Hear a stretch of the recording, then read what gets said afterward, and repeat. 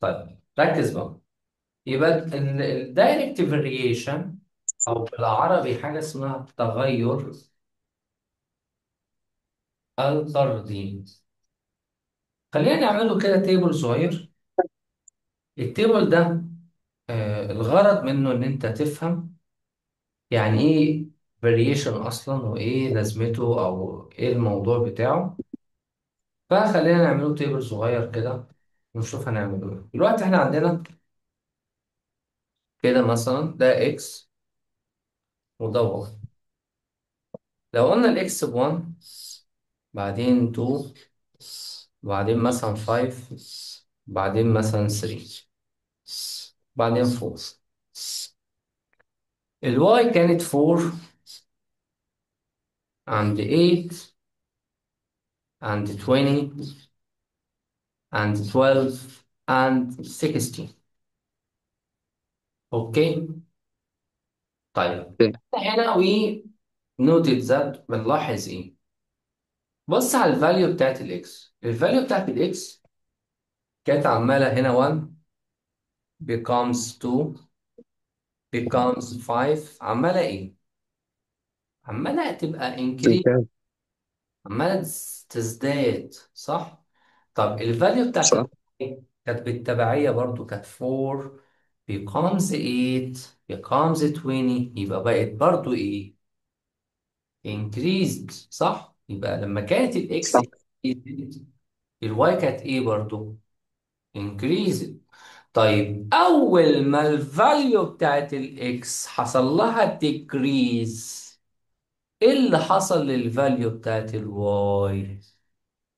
حصل لها ديكريس. طب لما رجعت تاني حصل لها انكريز، ايه اللي حصل؟ حصل لها انكريس. فده احنا بنسموه ايه بقى؟ بنسموه دايركت.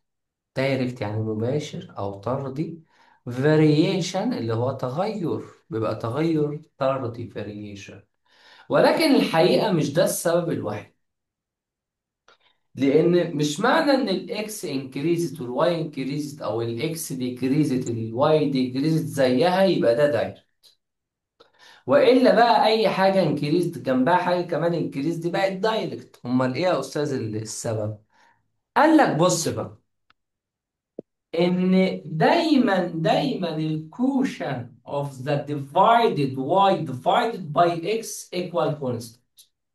دايما لما بنيجي نعمل divide للواي over الاكس يدينا عدد كونستانت هنسميه m. وده حصل في كل اللي احنا لقيناه من شويه.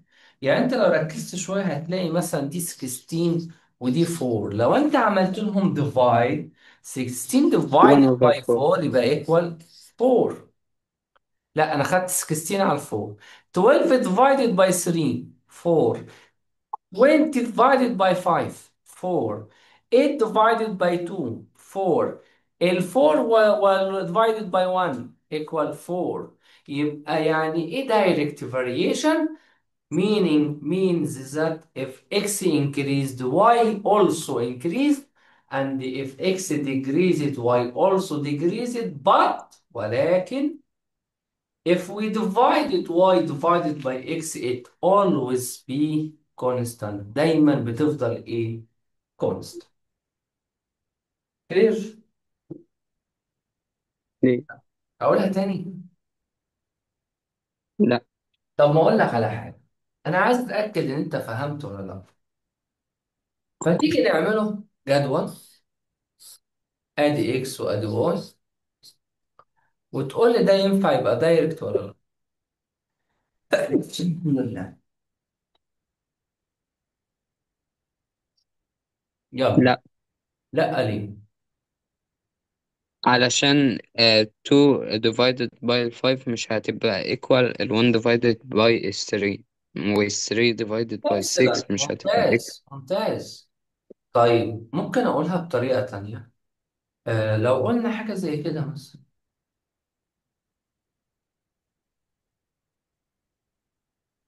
ها. إن ال y decrease وال x increase. يبقى اصلا دي ايه اصلا بايظه اصلا يعني. ده واحده بتزيد والتانيه بتقل، صح؟ يبقى دي اصلا ايه؟ ما ينفعش اصلا نتكلم فيها اصلا ان هي دايركت ولا لا، صح؟ طب حاجه زي صح. كده، حاجه زي كده.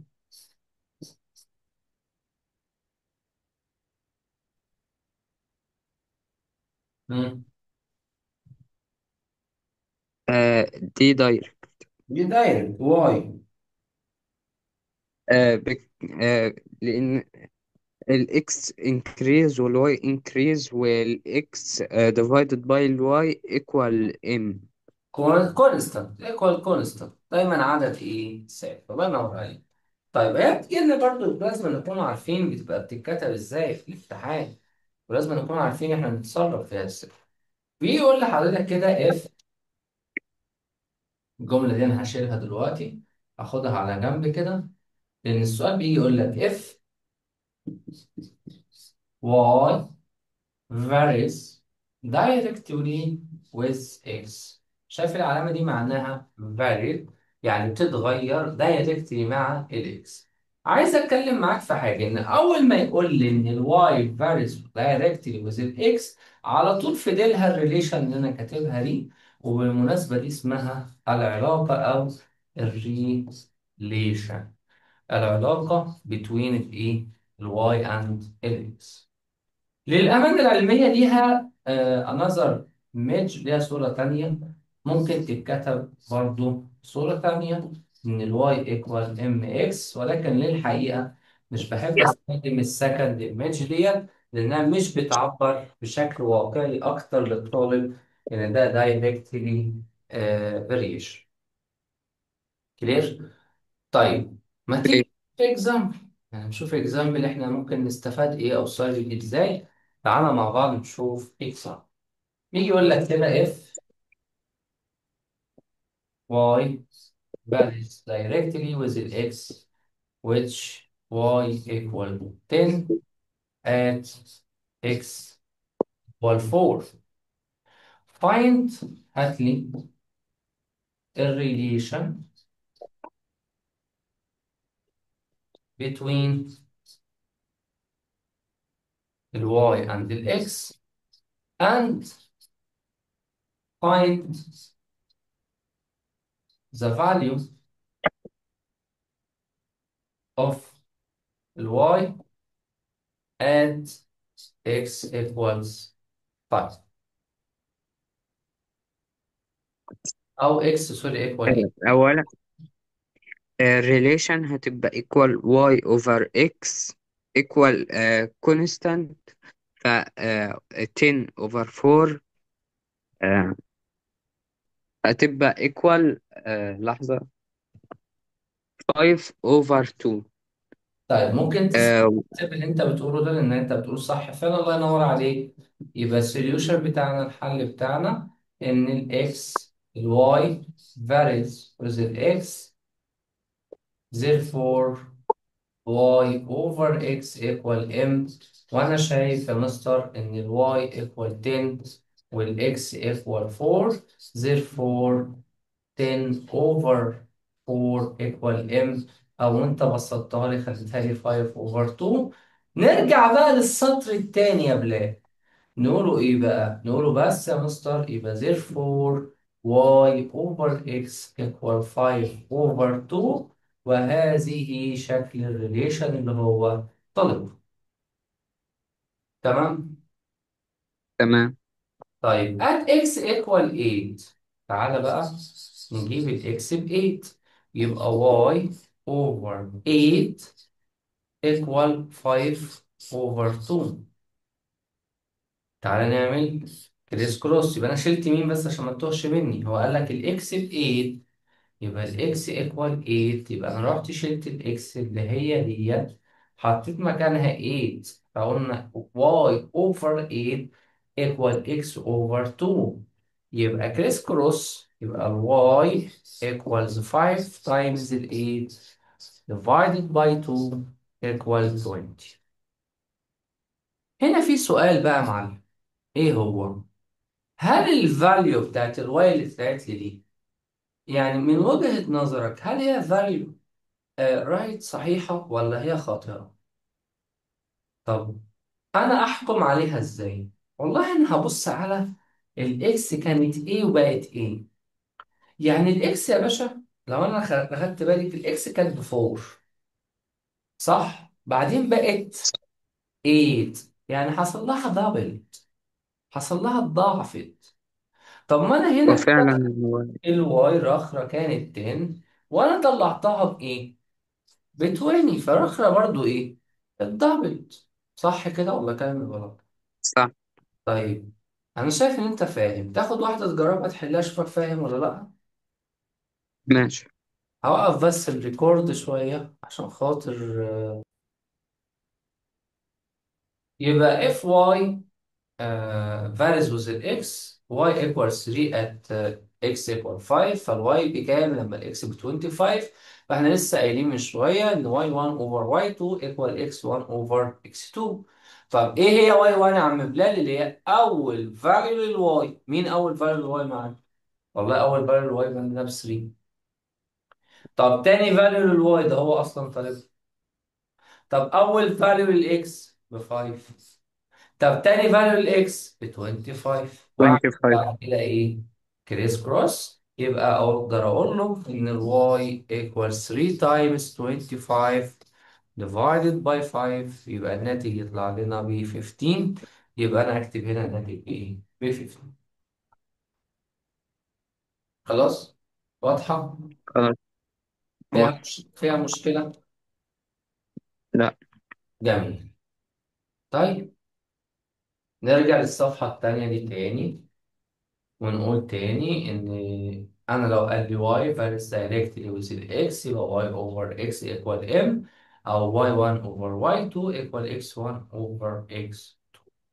آخر حاجة في الدايركت عشان يبقى إحنا خلصناه خالص، إن الدايركت variation we represented it by a straight line passing through the original point. يبقى أنا ببدأ أمثله بخط مستقيم لازم يكون passing through the original point.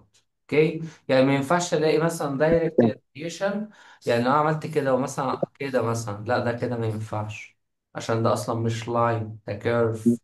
فما ينفعش، لا لازم يكون ايه؟ لازم يكون ستريت لاين. طب هل حاجه زي كده ممكن يجي على سؤال؟ اه طبعا ممكن يجي على سؤال.